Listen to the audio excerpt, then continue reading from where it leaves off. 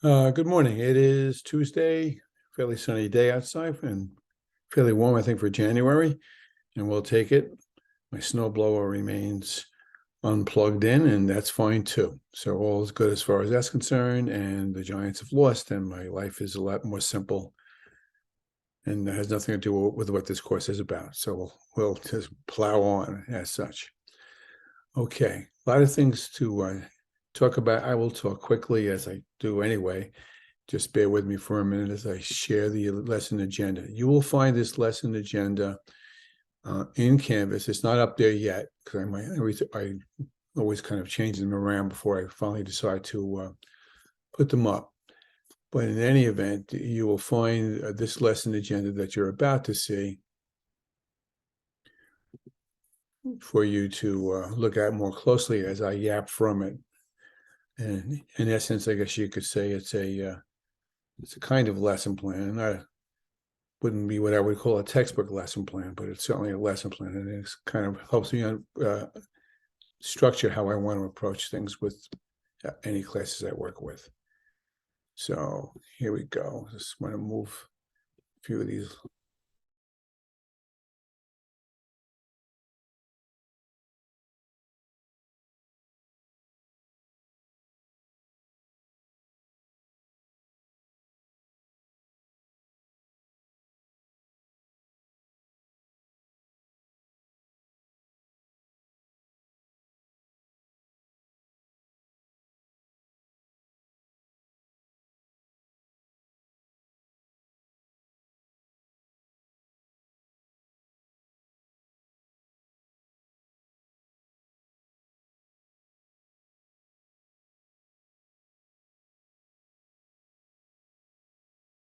Mute myself, start again. That was good. I don't even know what I said a few minutes ago that was muted, so I will just pick it up from here. This lesson agenda is my kind of lesson plan. And although I wouldn't call it a good lesson plan if I were grading my own lesson plan as such, because I'm pretty much of a stickler about how a lesson plan should ideally go. Nonetheless, it helps me structure what I want to do with you for this coming week. You'll see that, and I will put this up, and I apologize if I'm repeating myself. I don't know where exactly I got muted. I will put this up in Canvas in the next day or two, probably sometime today. And then you can pretty much follow along with what I'm talking about here because I'm working straight from what's here. I don't like to be read to. I really don't like to be read to. So I empathize with people who don't like to be read to. So I will do the best I can to avoid reading at you. Anyway, the short story is if you choose to take notes, that's fine. And you may want to take some more nearly. I wouldn't necessarily take notes because all of these things are on this handout that you're going to get, but I would definitely write reactions to things. How you reflect, that's really an important point about what these courses are all about, how you reflect based on what goes on. I'll probably say that about 10 more times, but nonetheless, here we go ahead. As I said, this particular video lesson plan's got really two chunks, one shorter than the other. The shorter one is what I call housekeeping. And I have a habit of repeating myself because students have one of you, I think, it described your life as pretty busy with children and school and whatnot. And I actually think that a person should take more time for herself. You all should obviously make time for yourself here and there, but at the same time, balancing all of the things you need to take care of. One of those things that you need to balance being what this course is about. And I'm wandering around too much. Housekeeping, here we go. So I'm not going to review the assignments specifically. You know that you have assignments. The biggest chunk of them kind of starts now with the discussion questions and the journaling. And I think maybe 4 of you have responded to the journals. They weren't due until the 25th. So I'm fine with saying I haven't got them all yet, but I just want to remind you that you do owe me discussion question, really where you introduce yourself and where you identify what you think. There's 2 questions: where you introduce yourself and where you identify what you think the major priorities are for schooling in the 21st century. That's pretty important for me to know. From the 3 or 4 people who did answer, I already know that I'm going to be steering the syllabus more towards things I like to do, quite frankly, than the syllabus suggests. I won't tell you where I do that, but I will be emphasizing some things that the 4 of you who did write seem to think are necessary, and I'll be going there on that willy-nilly. So that's a great point. So the more who answer them gives it the more reflection I get to do, and the more reflection I get to do steers how the direction I mean to take you in to make this course an engaging one, and at the same time uphold and preserve the fidelity to the course objectives. So yes, you have several assignments, but in the beginning now you have really 2 discussion questions, which are in this handout for the week next, not this present week, but the week that begins on the 25th. Discussion questions and the journal question as well. So here we go. So the discussion question is in yellow, and basically, and I did this in last week's video where we just began to discuss what Fullen and Hargreaves were talking about in terms of business capital and professional capital. And Linda Darling-Hammond's book began to have ideas about teacher quality. And she particularly pays a lot of attention to the world as flat premise, which I happen to totally embrace with all my heart and soul. Now, the discussion question is, how do you feel as a professional about these issues? Which way do you tilt? Which way do you abhor? Do you buy either of the categories? Do you buy neither of the categories? Tell me about that. It's a paragraph. I don't want a dissertation. Okay, that's the first point. The second point is, I do expect you to respond to other people's points of view. So if someone says, well, I'm all about professional capital, and you say, well, I need to understand why you said that. It's not as though you're challenging and arguing with each other. I'm not looking for any kind of arm wrestles or mud wrestles. I'm just talking about you engaging each other so that you can piggyback off and nurture each other. It's probably a better way to put it, to grow within the confines of an asynchronous class. So there's the question again. How do you feel as a professional about these issues? That's a discussion question. There's also a journal question, which you will post in the assignment section of Canvas. And there it is in green. And it piggybacks off the discussion question, if you think about it. And again, we're talking about a couple of paragraphs here. I'm not counting words. Just try to cover the premise so that I won't be asking you, what do you mean by that kind of questions, which I will do if I don't think you've answered what do you mean by that in your statements. So the question is, do you agree with the business capital perspective and or the professional capital perspective? And try to discuss these ideas about the information from the readings. Now, the readings at this point, as of the week of the 25th into July 2nd, I think, would be first 4 chapters in first 3 chapters, first 3 chapters in in Fullen, and the first 3 chapters in Tomlinson. So you use those to respond to that, and we'll go from there. I'm also making a point is that I should call this Dr. Kozer rather than Kozer.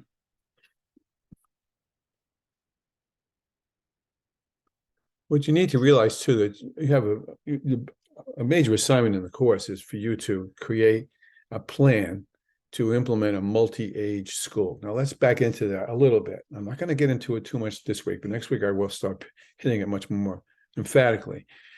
The Dr. Kozer book is about, I'm not sure she would think this adjective applies, but I'm going to use it for the moment. It's a radical approach, a radical solution to the issues that schools are confronted with, that learners are confronted with, that educators are confronted with. And she makes a strong argument and a good research-based argument for what we call multi-age classrooms. Now, none of you are old enough to remember this. None of you, not a one. You can ask your parents, and I'm not even sure your parents would remember this. A long time ago, before I was born too, but a long time ago, there were these little comedy shorts that were called The Little Rascals. And there were a bunch of little boys and girls who were kind of mischievous and did all sorts of really cute and funny things along the way. Some of it was inappropriate, I think, for today's audience, because some of it was definitely stereotypically racist, unfortunately, and that's why I don't think they're shown anymore.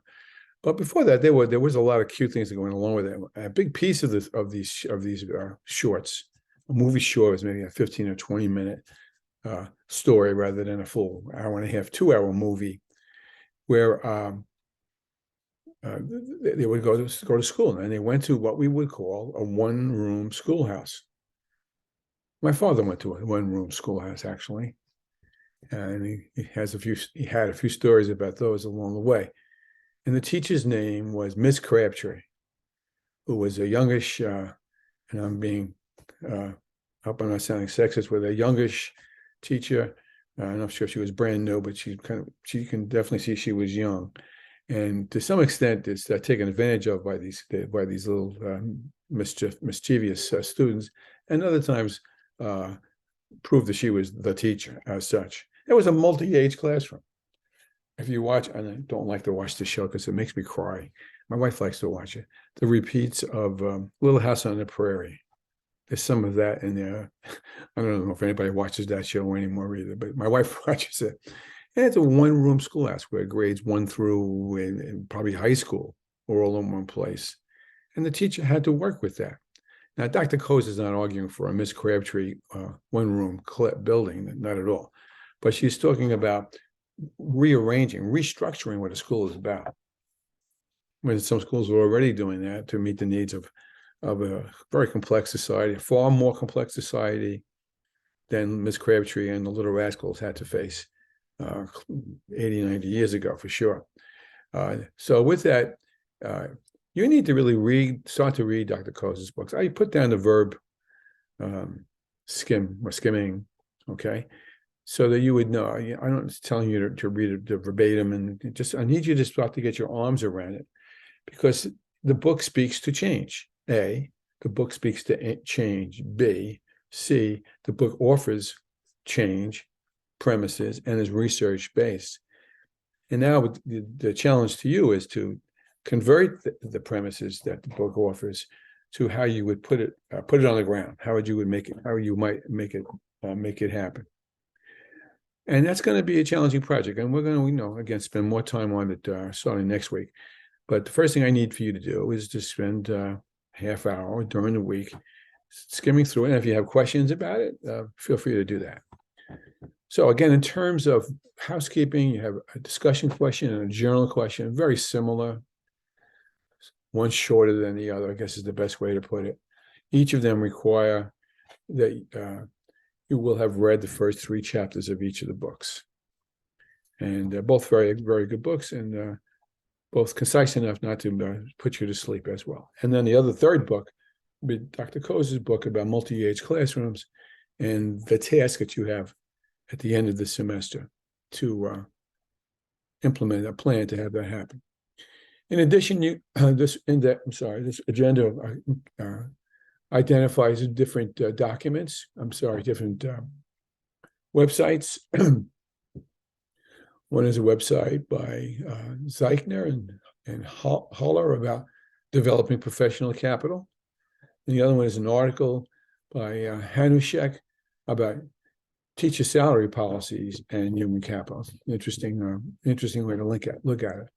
You should look at them. You should probably use them in your journal conversation, not in your discussion conversation necessarily, but in your journal conversation. So that's all the preparation material. Now let's go to the content. And I don't like to use that word, to be honest with you, but I guess we could say it's content as such. I'm just going to comment from this. I didn't feel the need to make a PowerPoint, as I said I was going to do this week, because I think it's pretty straightforward. And this is all preparatory work to get us all on the same page, some of the same vocabulary to move forward. And if you've read, those are 4 of you who responded to the discussion question from last week about introducing yourself and/or about what you think the priorities education should be in this century, in this early part of the 21st century yet. We'll see some words in there that are not used in either of those 2 books. I'll just use them here and not even define them. One of them is probable futures. Three kinds of futures, really four, but three kinds right now, what I call the three Ps: possible futures, probable futures, preferable futures. Where preferable futures sounds like the one that we all want to get our arms around. And I do want to get my arms around with you on that premise. We're going to spend most of our time, for the time being, in probable, because we need to recognize what the probable futures are. If they're dismal, if the trends look bad, I'm talking about education specifically, but you can think about it even in wider terms, then are we going to accept that? Is that our preferable future, to accept downward trends in educational quality? Making a face. You shouldn't be in this course if that's what you accept, quite frankly. Or do we mean to transform the Western world with a Harry Potter magic wand? Well, that would be a preferable future, but not likely a probable one, because the magic wands don't really work. However, metaphorical ones do, and we'll take it from there. So, working off, and I'm going to begin to collapse these two people together as well, rather than first take Fullen and then take Tomlinson, or the other way around. I'm going to begin to collapse them, because they do pretty much align with each other pretty nicely. So you need to have read Chapter 3, Stereotypes of Teaching, and also Chapter 3 of Tomlinson, The Case of Finland, which in my mind is a pretty interesting story. And here are the goals for the Fullen book. Now let's read them to you quickly. Recognize teaching stereotypes, not always negative, by the way, but often so. Recognize the kind of work the teaching really is. Identify characteristics to capture what today's teaching might be exemplifying. Probably more importantly, recognize how the system's dysfunctions and deficits affect the teaching, your ability, your teacher's ability to teach. Identify attempts to cure education's ills. We're always trying to fix it with bubblegum, baling wire, and Band-Aids. And lastly, to consider, and just consider, not delve into deeply, we'll do that for the rest of the semester, new research-based solutions to improve education that might have promise, one of them being multi-age classrooms. So to come back to the first goal, recognizing teacher stereotypes, and we know what a stereotype is. Unfortunately, we're channeled by what those are about, even when we don't even realize we're being channeled by some of those things. And so to come back to that point, recognizing teaching stereotypes, there are people who believe, and sometimes I think this, although I'm not sure about this, just where I come from on it, is that there are people who are born to be teachers.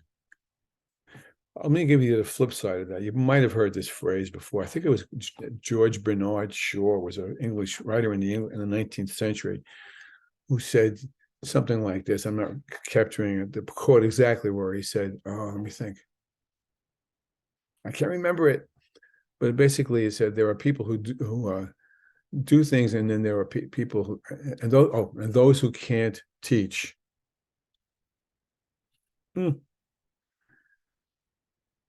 Very insulting to the whole education profession, from Fred Flintstone to today. Those who can't teach, they go into the teaching career. They go into, they don't take on other jobs where they have to be hands-on, more productive, I suppose, is the way he was looking at it. So at any rate, there's other people who say, well, yeah, no, teachers, there are natural born teachers. It's in their DNA to be good teachers. I like to think that applies to me, although I don't necessarily think that I'm demonstrating that to you in these talking head videos that I'm doing. But the belief extends itself, because it turns a good into I think, a negative, by saying, well, they're natural born. You don't need to teach them how to teach. You can maybe show them a few things, and show them where the locker room is and how to open the faculty room door, and identify what the materials may be. But they really just going to do it and take it and run with it. That might even be true for some individuals, but the rest of us unwashed need support, need help, need to be developed, need to be nurtured. So that's a stereotype that's really self-defeating and dangerous in so many ways. there's a teacher, and how do we compensate for that? We give them lists of things to do. We give them lesson plans, and the city used to do this as well. I'm not sure if it still does it the way. I haven't been studying city schools too closely in a little bit, but there were times when, and we'll talk more about this down the line, where people got teachers, they got teacher manuals from the latest textbook company that told them when to stand up, sit down, which way to look, which kind of question to ask, and so forth. Basically assured us that teachers couldn't mess up because at the very least they were working from the manual, and the manual was a low level of mediocrity, but it was the same level. So nobody really made mistakes if they stayed with the level. I'm aware of it, and this goes back a little bit, and I don't think it happens anymore, that we're in the city, your lesson plans you would turn into your principals would say, well, at 10:12, I start my spelling lesson. I finish it at 10:18, I'm making that up. And if the principal walked into your classroom at 10:12 and you weren't teaching spelling, okay, you'd be asked about that. I'm not saying you'd be sent to prison, but you'd be asked about that. Because that's how regimented and prescribed it was. Which basically said teachers don't need master's degrees in advanced coursework or work in professional development. We're going to make sure that they don't need it. That's a stereotype. That's a dangerous one. I understand why people have done it, but it was really the wrong solution. Totally the wrong solution. And what they also claimed was that these were science proven approaches to do this. How could a teacher possibly know all of the theories of teaching a science lab? They haven't got those kinds of skills. We're going to prescribe it for them so that we can be sure that they won't make any kind of mistakes. And then there's the old word that I call it the ultimate 4-letter word. Although I don't have a problem with the word, I have a problem with what people think the word means. The data-driven prescriptive. Student can't recognize initial consonant B, so we have to give that student, 15 initial consonant B questions, and when the student masters that list with, say, 12 out of 15, we move on. There's some research, by the way, that supports what is called mastery learning, but a lot of it is contrived nonsense because it's so mechanistic. It de-teaches the teacher. I'm not sure if that verb makes sense, but in my view, that's what it does. And that's been a problem in lots of places for lots of reasons. Now, continuing from that point is recognizing the kind of work teaching really is also confusing for people who haven't been in a classroom. Okay. Part of the problem for that is that teachers and building leadership and district leadership, and I think I may have said this last week, try to be too many things to too many people, especially the politicians, especially the parents who think they know what they want, but don't necessarily know why they know what they think that they know, but they know, and they might become champions of some important issues, but at the same time be very misguided in terms of what they're talking about. And I'm going to politicize just for a second, and you can disagree with me if you want. And this whole CRT controversy that's kicked up the last 2 years and seems to have slowed down a little bit, but I'm sure it's still out there. Well, look what DeSantis is doing in Florida. Oh my heavens. He's banning African-American AP history. Why?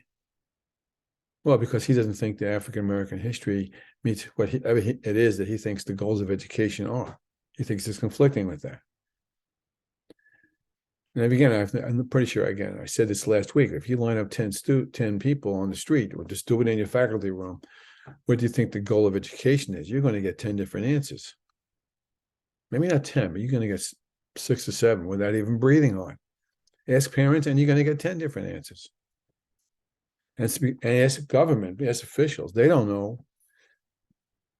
But I mean, for example, I just saw the statistic this morning that only 3% of the student population has any mastery of civics.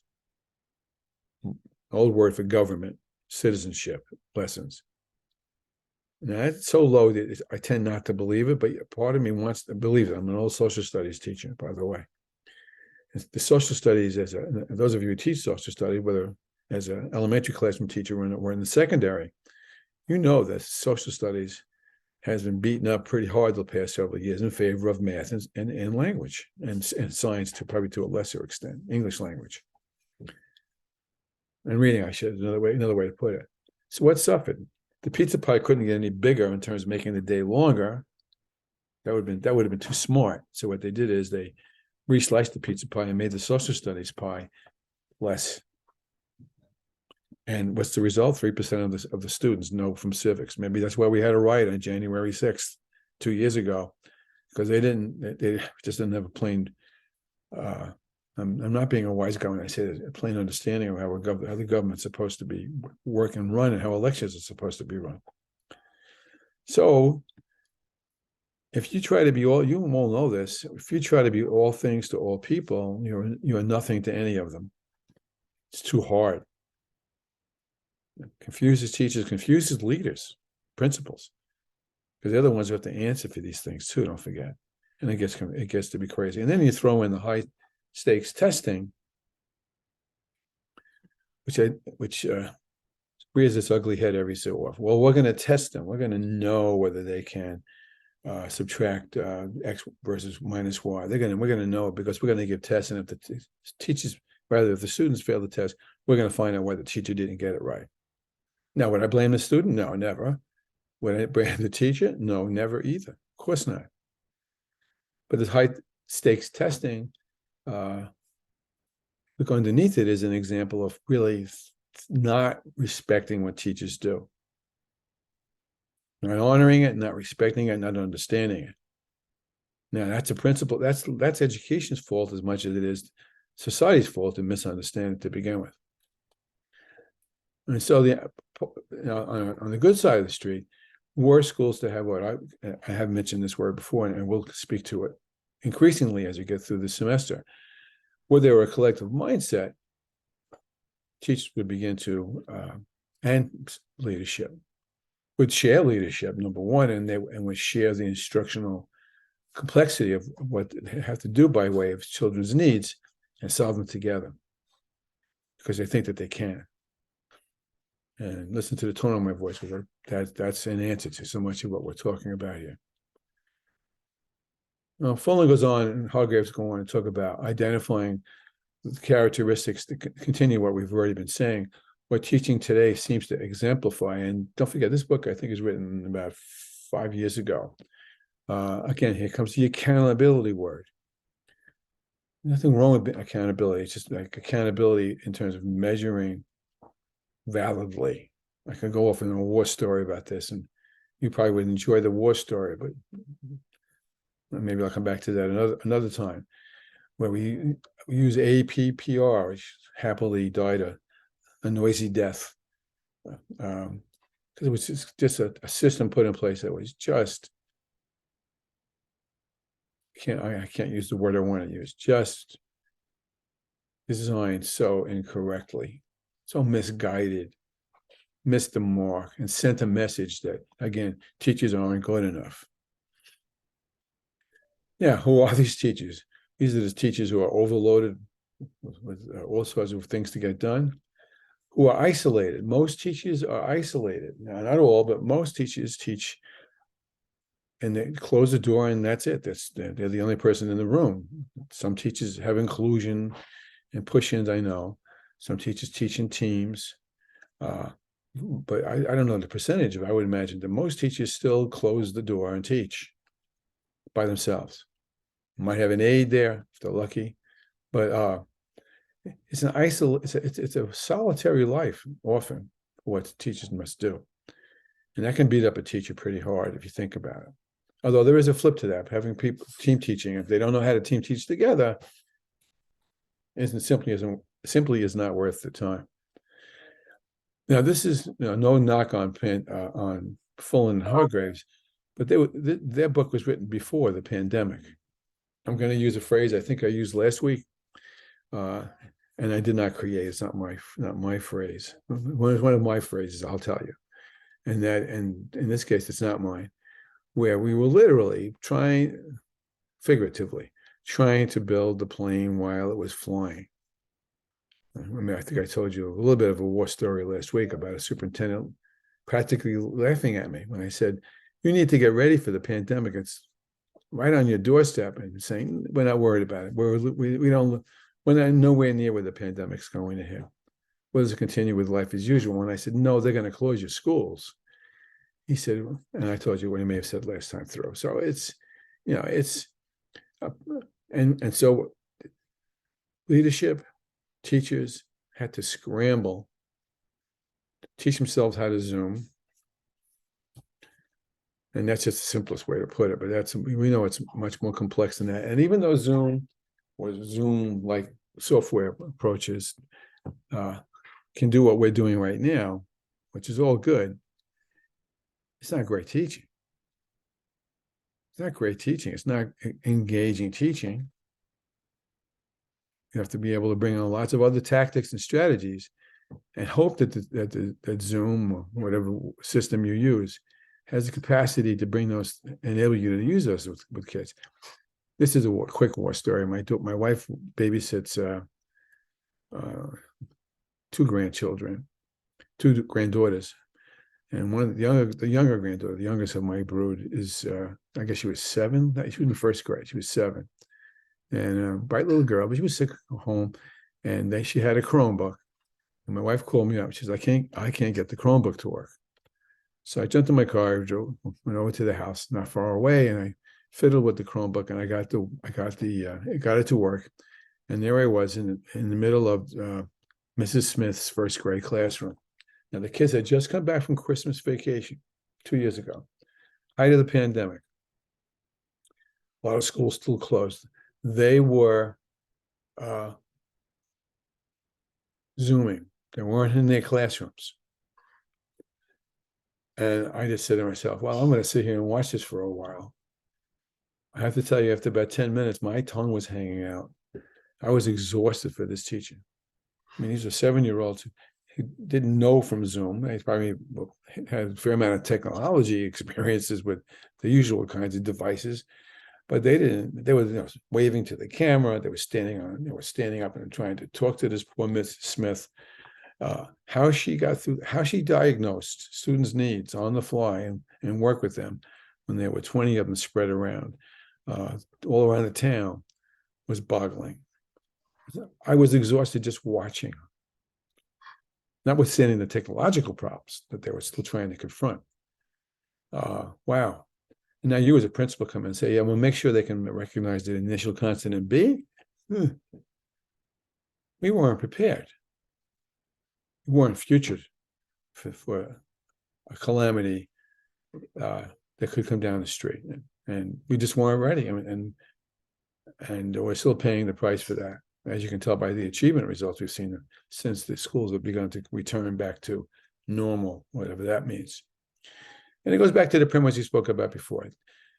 Leadership and teachers are mixed up, misled, instead of given the opportunity to acquire competence, capacity, capital, collectively, in order to help each other.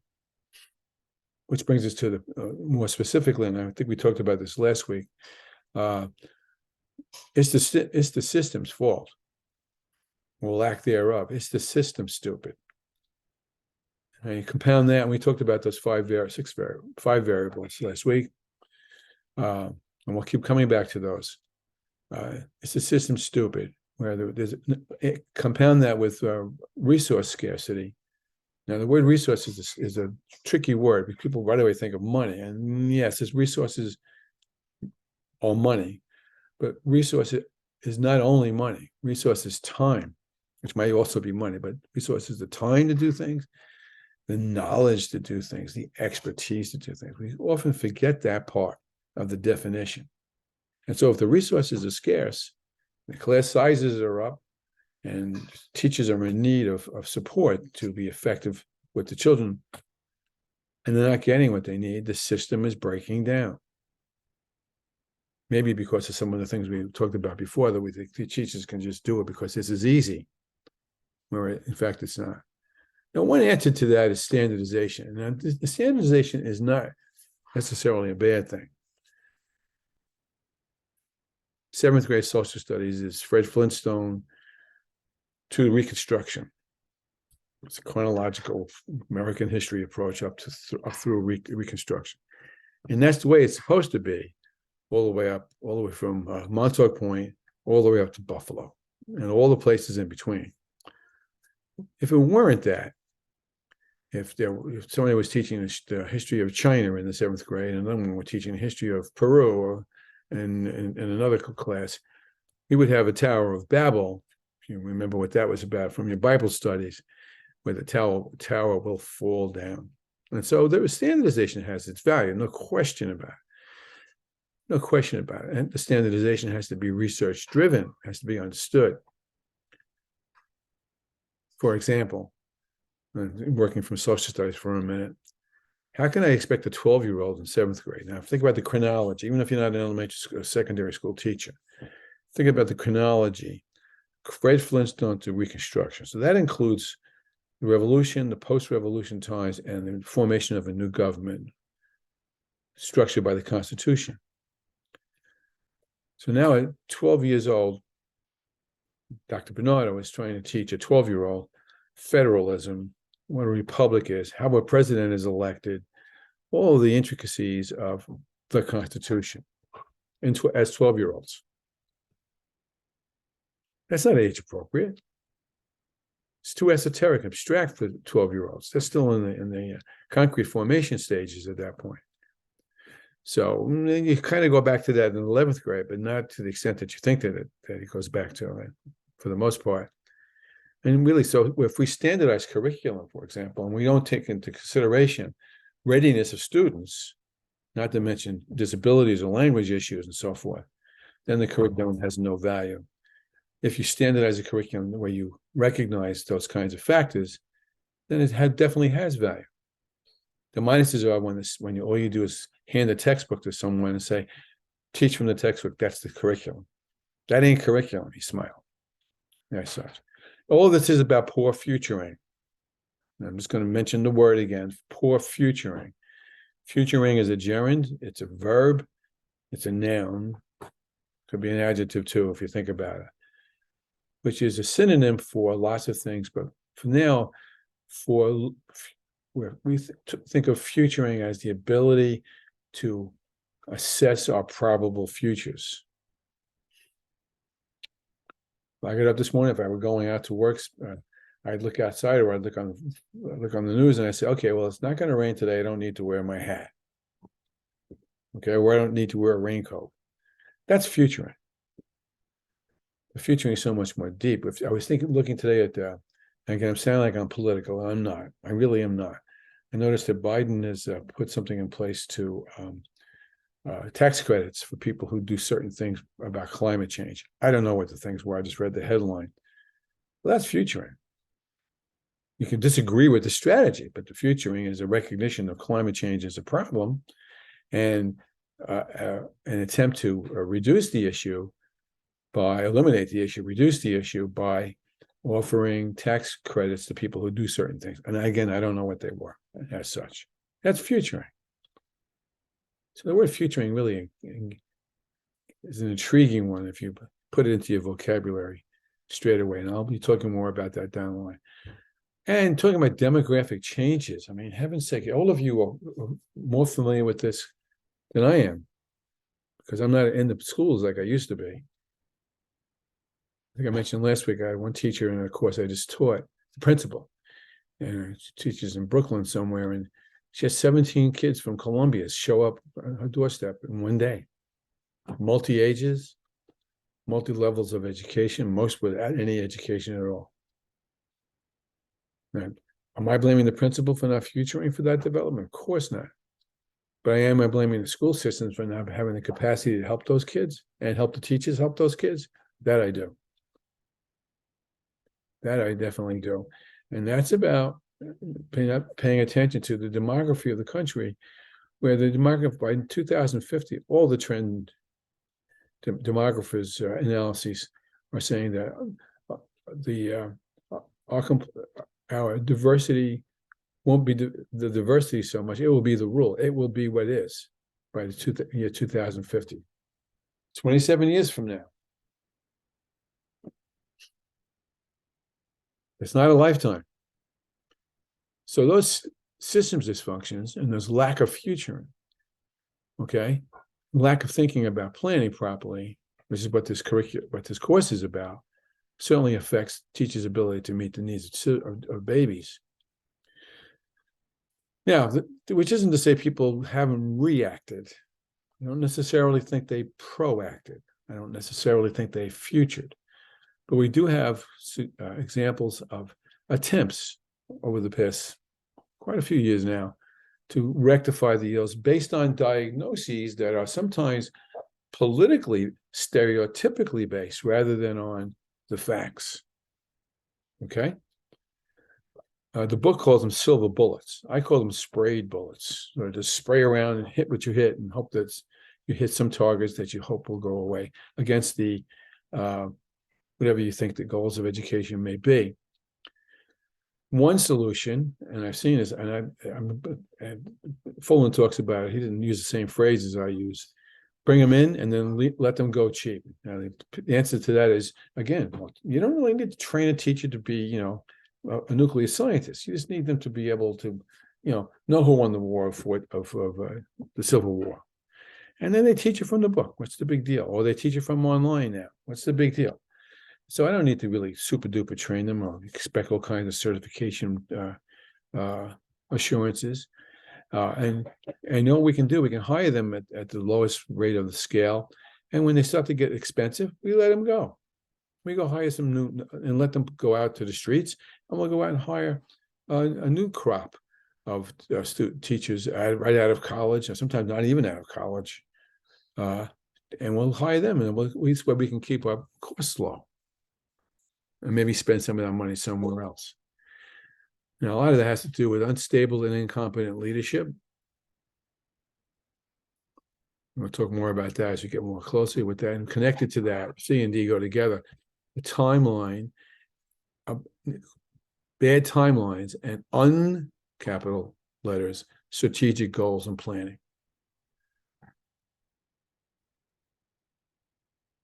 I consult in a district that's highly diverse, very poor.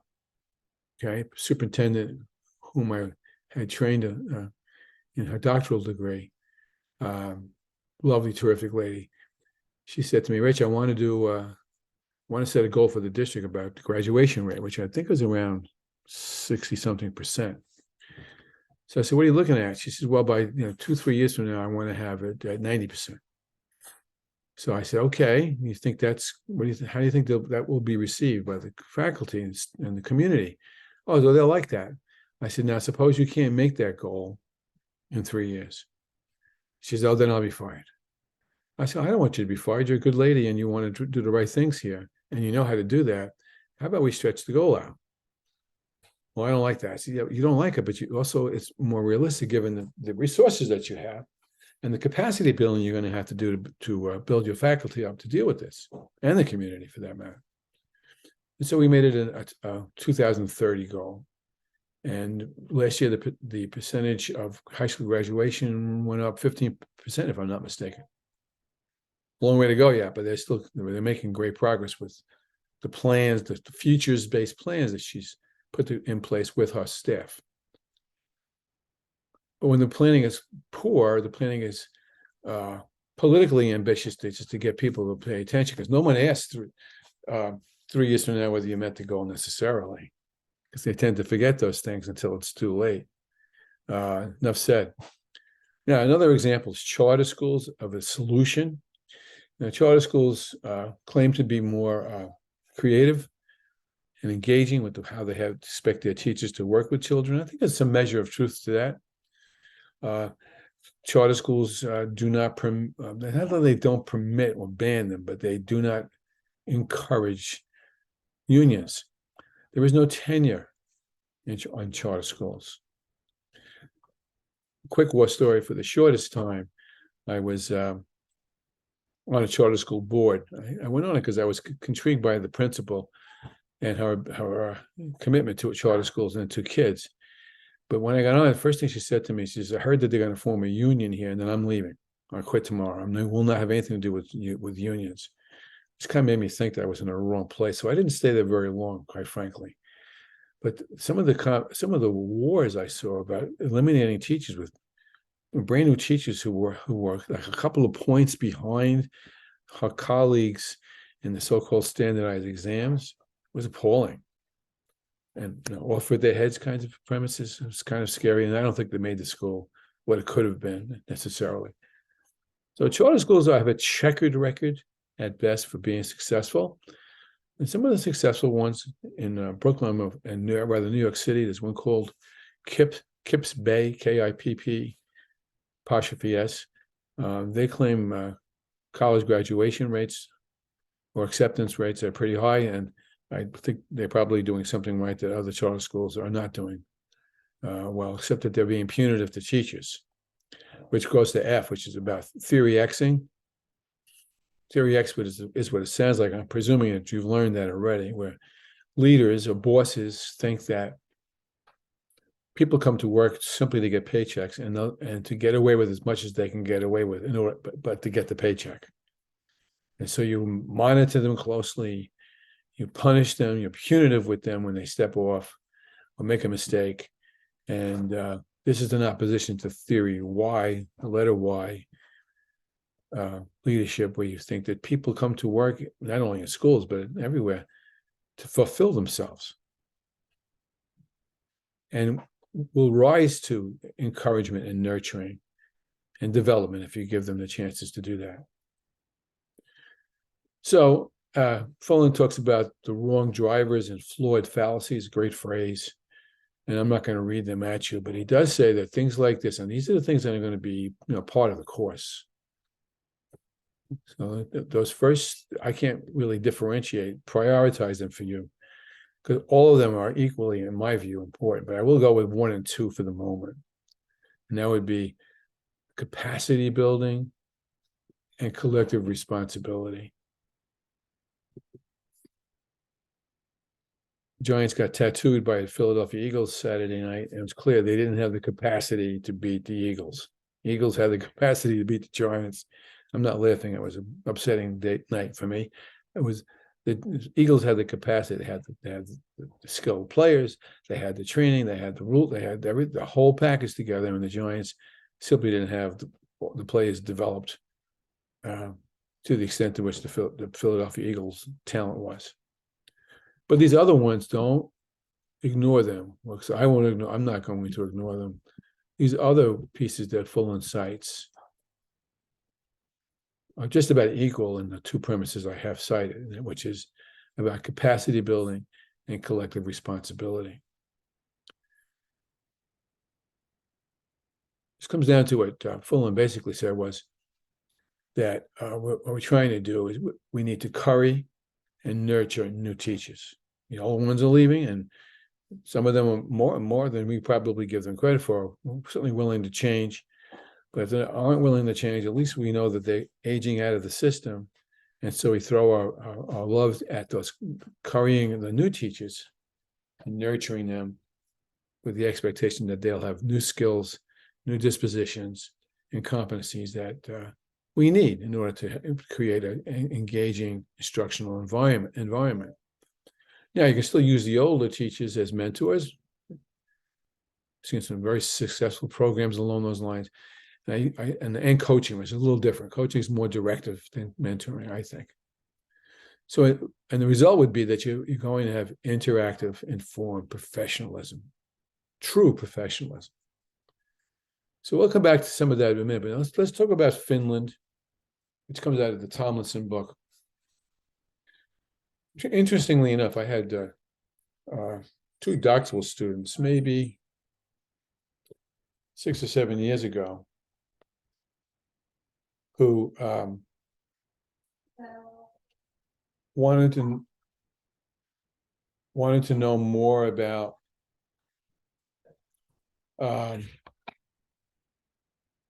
what's the word I'm looking for? about Finland as the exemplar of all school systems around the world. I think some of the tarnish has gone off the edge on some of that, but for the most part, the progress that Finland has made since World War II has been astonishing. When they pretty much took a grenade and threw it into their public school system and it started from scratch. So it's a long 50-year-old, more than that, 70-year-old story, which we sometimes confine to the last 10 or 20 years, which I think is kind of mistaken. Tomlinson's chapter does a great job of explaining that. I started to say a minute ago that I had two students, doctoral students, who went to Finland for their doctoral dissertations. One went to see how they developed school leaders, and the other one went to see how they developed teachers. And they did a great job. I'm even thinking I may bring them in. If I may even ask them to speak to you. I think I will do that. So I'm just going to, in fact, I'm going to stop there. I'm going to try to get these two people. I know one for sure will do it for me. And they both will, I think. Because really what Finland did was they concentrated on rigorous research and mentoring based the development of teachers. And I know everyone knows this, but here it comes again. And they only let the top 10% of the graduating class be part of that, which is, pretty strict. And I think they are very strict about that. I know school districts in Long Island that won't accept teacher candidates if they graduated below the top 25%, but that's their own little rule. It's not a nationwide rule for sure. So, I'm going to stop there because I think I'm going to try to get a hold of one and see if she wants to do this. I think that's I like my idea. I'm going to stop there. And I'll post a video of her as soon as I remember what her name is in a little bit. So, enough said. You have plenty of work to do. The discussion questions, the journal questions, getting your arms around the reading the articles that were posted in this agenda that I will post up in a minute, and beginning to get your arms around Dr. Coase's book. That sounds like a lot of work for me, but I'm looking forward to hearing from you, and I'm looking forward to seeing more discussion questions from week 1. Take care.